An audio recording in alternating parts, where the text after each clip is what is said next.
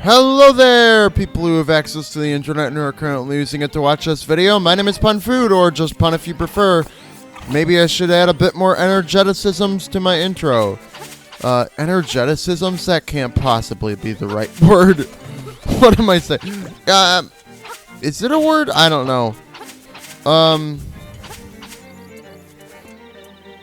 And now I always feel like I'm forgetting part of my intro whenever I say it. I don't know why. I always just feel like it can't possibly only take me like 5 seconds to say my intro, but I guess it does, so what do I know? Anyway, last time we got some secret seashells. So, or not secret seashells. Well, we did get some secret seashells. We also got the red tunic, and we got these golden leaves, which we can give to Richard. Salutations! You wouldn't know by the look of me, but I used to live in the castle. My servants went berserk, and I was forced to flee to my villa. So you're looking for something, are you? I may just have what you're after. But first, I want you to retrieve the golden leaf I left behind at the castle when I fled. Okay. Smashing. To tell you the truth, there are 5 leaves, and I want them all. Okay, you'll need to do some digging, so buy a shovel. Are you off then? Good luck. When did we need to dig? I don't think we needed to dig. I think that was more so... No, that's in reference to after we get the leaves. We will need to dig once... Ah, très bien! I see you've recovered all of the leaves. Now, move this statue and you'll find your reward. We will need to dig up the reward. That's what he means. Anyway, I am forever in your debt for getting my leaves. Richard here is from a obscure game that I quickly forgot the name of. Hold on. Right, okay. Richard originates from The Frog for Whom the Bell Tolls.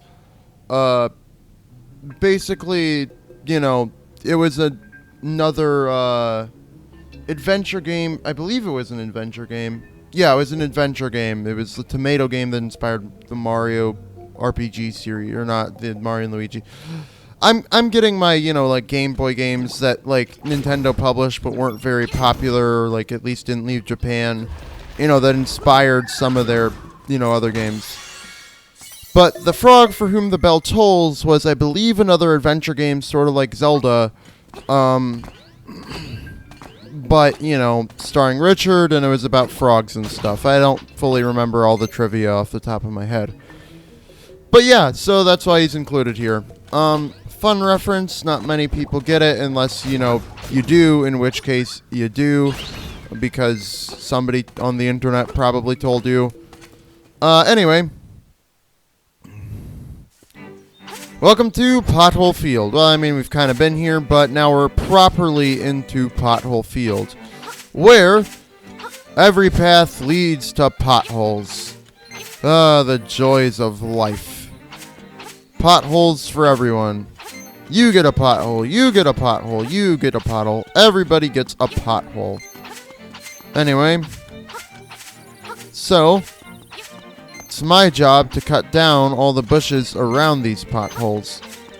I mean, I'm making it my job. There is a heart over there.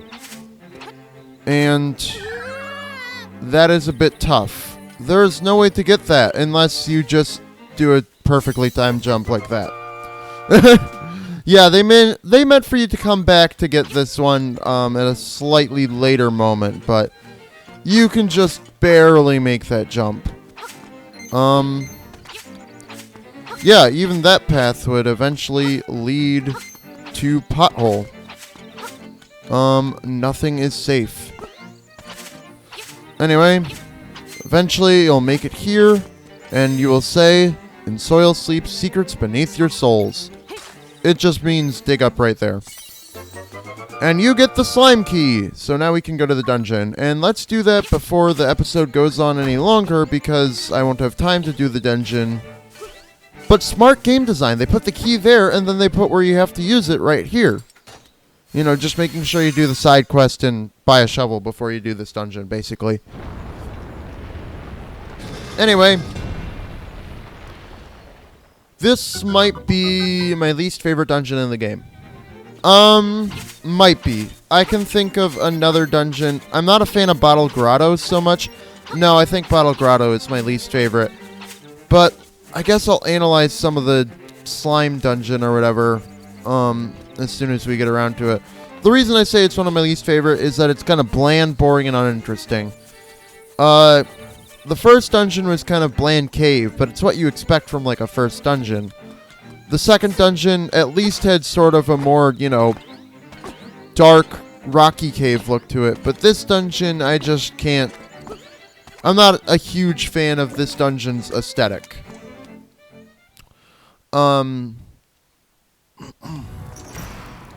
Key Cavern, level 3. I personally... It looks like ancient ruins, but like not ancient. Actually, it looks kind of like modern day castle, which I'm not a huge fan of. And also, we cannot get that treasure chest yet. So, there's nothing for it but to move forward. This dungeon, I think, can be enjoyable. It has some good moments, but it's called Key Cavern for a reason. You're going to be collecting a lot of keys. There's a lot of keys in this dungeon, a lot of potential doors to use them on. However, this dungeon does give you one of the best upgrades in the entire game, in my opinion, outside of Rock's Feather. So, I say that it is definitely, worth the, some of the key shenanigans. It's not a super key shenanigan-y dungeon. It's just a little bit, I don't know. Oh, is there no key in here? I don't think there is. Okay. There are a couple rooms that lead to progress. Oh, there is a key in here. Good. There are a couple rooms that lead... There's like one room that leads to progress, and the rest of them in that main room there don't lead anywhere important, really, so... But the other rooms that don't lead to progress have keys in them that you can earn, in case that was the last key that you just used to unlock the door. These guys are slightly annoying.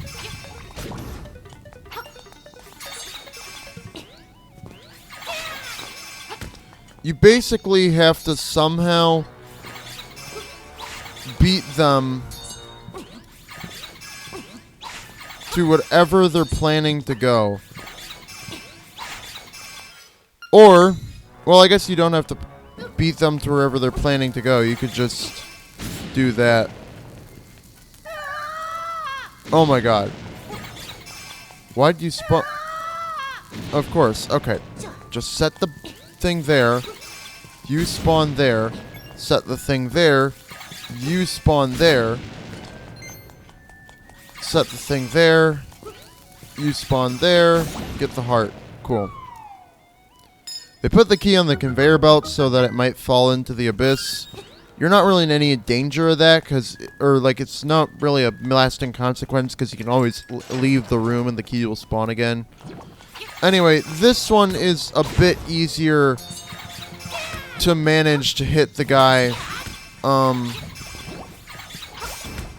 where he stands. And with the double damage of the sword, pretty efficient too.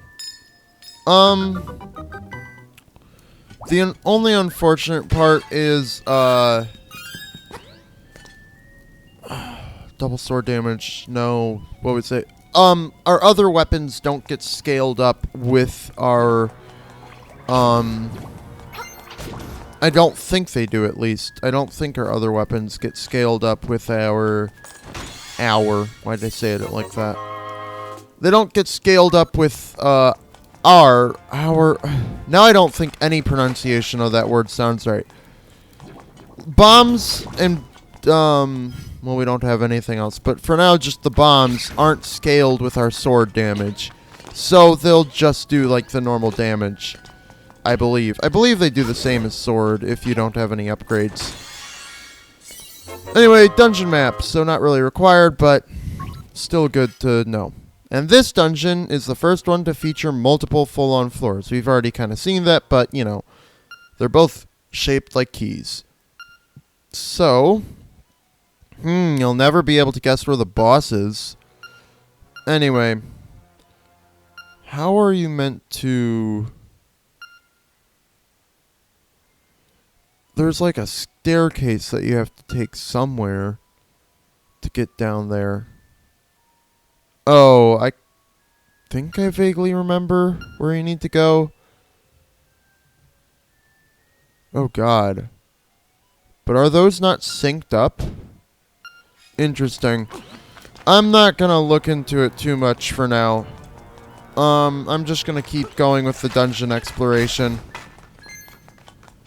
You do need bombs for this dungeon. They don't really have any way of forcing you to have the bombs other than like that pig head or that blow-upable pig head if, you know, that's like their only real method that they can use to get you to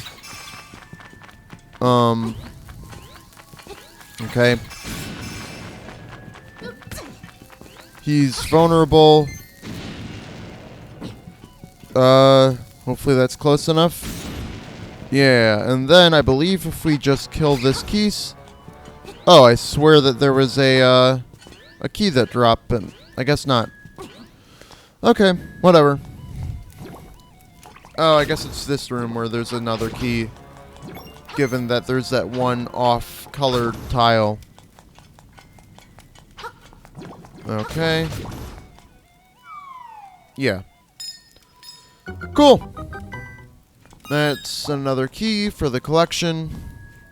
And that's effectively what it is, the collection. I believe we can just use bombs there to blow a hole in that wall. Although there's not much we can do with said hole until later.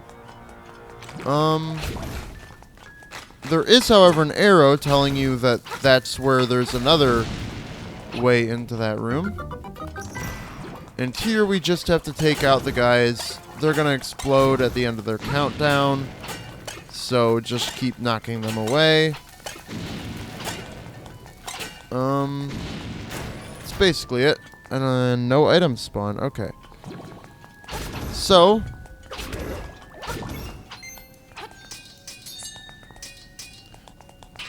that sound tells you that this is hollow. The game doesn't ask you to check walls like that too often, and you can obviously see if you, on the map and all that stuff, that there's a room there, and you'll figure out there's no other way to reach it, but, you know. And now at the compass, it's making a chiming sound, which means there is a thing in here. Specifically, another key. And we wonder why they call it the Key Cavern. Anyway. Get this done first, I recommend, because it doesn't require it doesn't require the dungeon item, and it's simple and easy to do.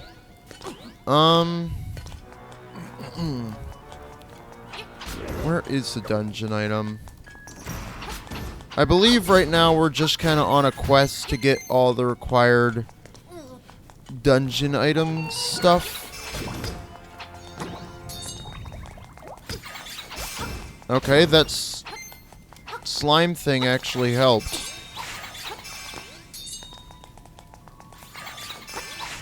Dang it. The jump to avoid his attack is almost like causing me to not hit him.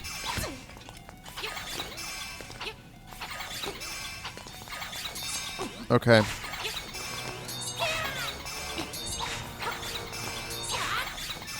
Come on. Come on.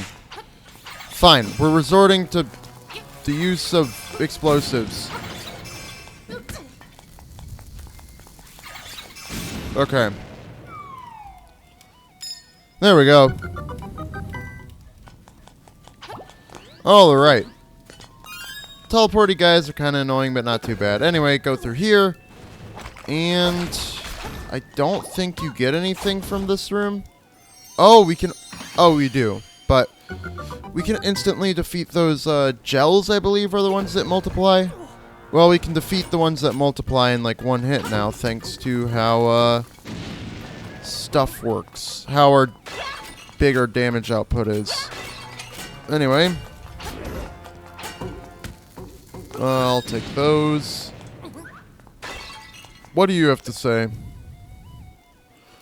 Oh, okay. You're just telling us how to defeat the guys. It's fine. I forget what the point of this walkway is, unless it's literally just... It's literally just to see that there's that bombable wall there, basically. Okay. Cool. Anyway. Secret chest. With purple rupee. Very nice. And I believe that's the last thing that's over here. And now all that's left is to walk through this door. Where we can feed these guys the bombs that the owl statue told us to do. Okay. So, dang it. And I wasted my chance to get a perfect, yeah, the bombs don't do any more damage because of the sword. Otherwise, these guys would basically be,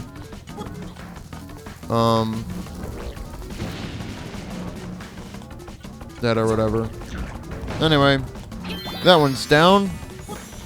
And now that one's down. And I believe this is our mid-dungeon warp point.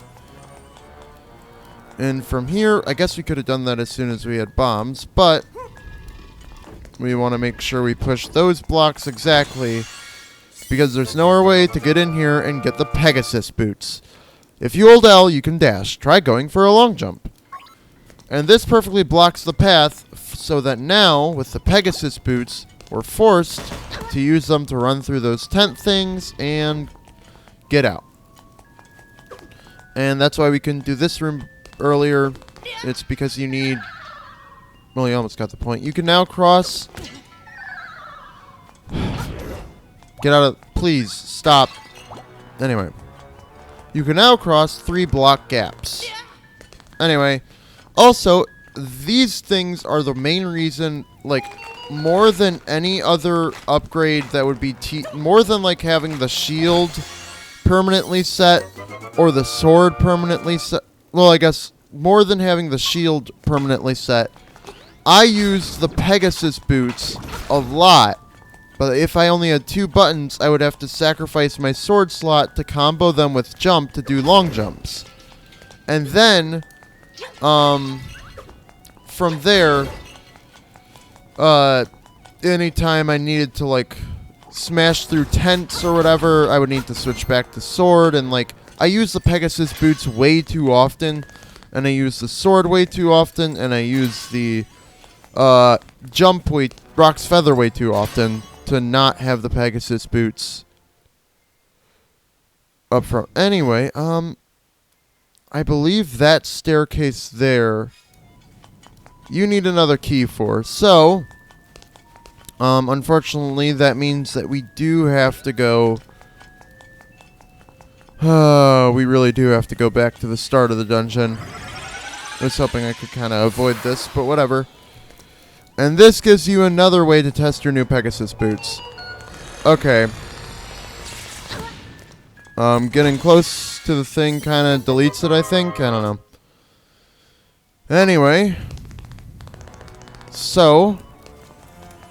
While we're up here, I believe there's a chest. It probably has like a purple rupee.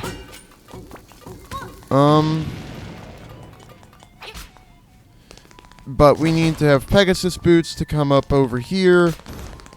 Defeat you. Unfortunately, we can't go that way because I have the block set to the wrong position. But we can defeat that tiny guy, which is the one thing that was stopping us before from just defeating these guys, Stealthos, and getting our treasure chest. I believe this is just a 50 rupee. Nope, it's a gold one, so very worth it. That's like, you know, a third of the way to the bow. Now 2/3 of what we already had, but you know. Anyway, now we can take the warp back down. I guess I'll go quickly over the dungeon design. The main reason I think the dungeon is kind of cool. I like getting the Pegasus boots and using them. But I think even the Bottle Grotto did a better job of showing you how to use your thing to pick up new items. So far, I think level 1 did the best. But this one has a lot of keys, and that's kind of fine. But it doesn't really add to the challenge. It just means you have to do a bunch of things before you get to the main objective. You have to go do this side, you know, room, and this room, and this room, as opposed to just, you know... Oh, and now it becomes way easier to defeat the these guys. I guess they probably intend for you to have the boots before you take on any of the rooms with those guys. And then, you know, and that's why, like, there's a bunch of keys to make you go back and try your boots in different rooms. I don't know, I just think the idea of having multiple keys in a dungeon like this is cool. I just don't think this is how I would personally execute it. And then what's this final room before the boss? Also, apparently, there's a thing in here. I don't know where it would even spawn. It's a key, but I unlocked every door. What? I guess this dungeon has an extra key purposefully because they have no idea what doors you have unlocked, and potentially you might miss out on... I don't even know what door you might have not unlocked, because, like, I think, like, every key has been required. I guess if you didn't unlock this door, or, like, this door, and you saved one of your keys specifically so you could go directly to wherever, I guess. But, like, I do think it's a little bit silly to have an extra key.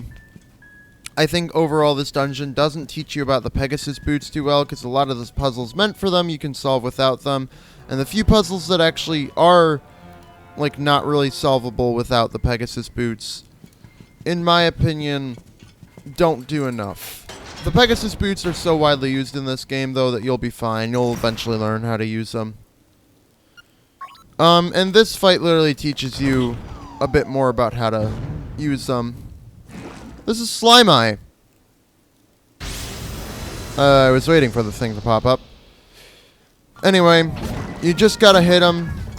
Hit either of his eyes until he gets really thin in between them, and then you can split them apart. And that's your use of the Pegasus boots. Make sure to jump when they come down, or else you'll get stunned, and since there's two of them, it's easy to get double teamed. It's also easy for them to end up at the bottom of the arena, and then make it impossible for you to, like, hit them. Taking one out makes it infinitely easier to get rid of the other one. Oh, and I guess we have the red tunic, too. But yeah. I don't know. I don't think that, yeah. The idea of multiple keys, like a ton of keys in one dungeon, it was okay, but I don't know, they could have been laid out at least at, like, branching... I'm just gonna go to this. Like, they could have at least been in branching rooms. Like, make all these rooms, like, more challenging, you know, or, like, something bigger, and then, like, make it so you don't have to use a key to get in, and then make those the challenges or something, and make it so you actually need the Pegasus boots to start tracking down keys. Because otherwise it feels like you get the dungeon item purely to clear some superfluous obstacles. Superfluous? Is that the right word? I don't know. And then fight the boss. And even then the boss isn't that hard. I don't know. It's an okay third dungeon. I think this would have made more sense as Dungeon 2, and then Dungeon 2 could have been Dungeon 3 or something. I don't know. Not my favorites. I don't think they really do enough with theming, but we got the Sea Lily's Bell.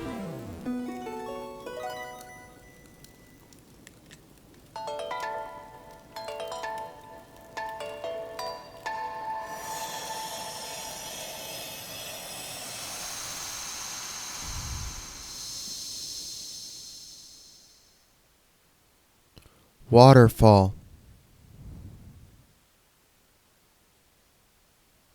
It is hidden in the waterfall.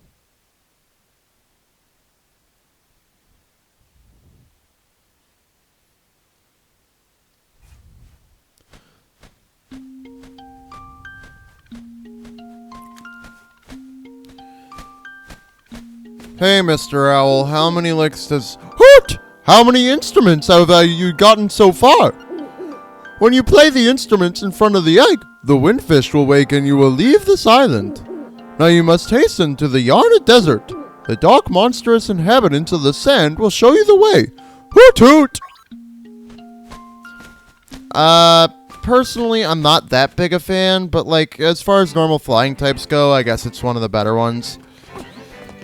Anyway, it's as he said, I think. Wait, no. The message after the, after we got the instrument said to go to the waterfall, and the messages haven't been wrong. They told us to go to the swamp and then the prairie. So, what gives with that?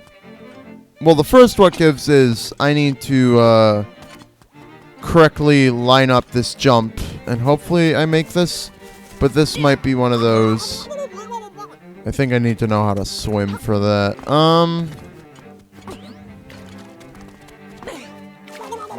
Maybe with a bit more speed. I don't know.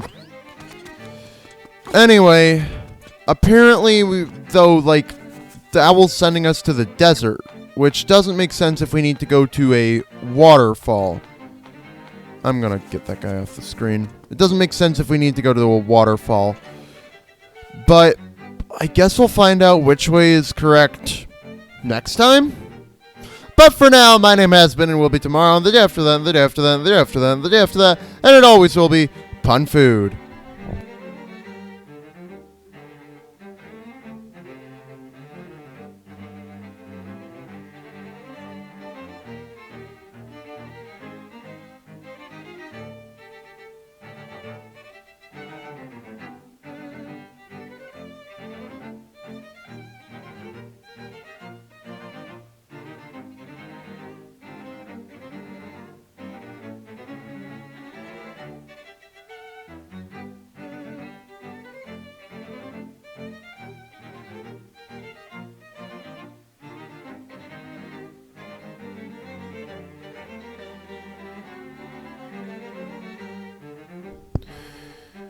You know, I'm not sure how I feel about level 3. On the one hand, Pegasus boots.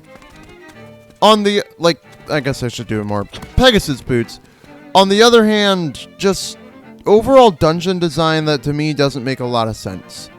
Like, having the Pegasus boots would be the perfect excuse to, have at the start of a dungeon, there's a room where you have to hit a switch and you have to go super fast to the other side, and it's impossible without them.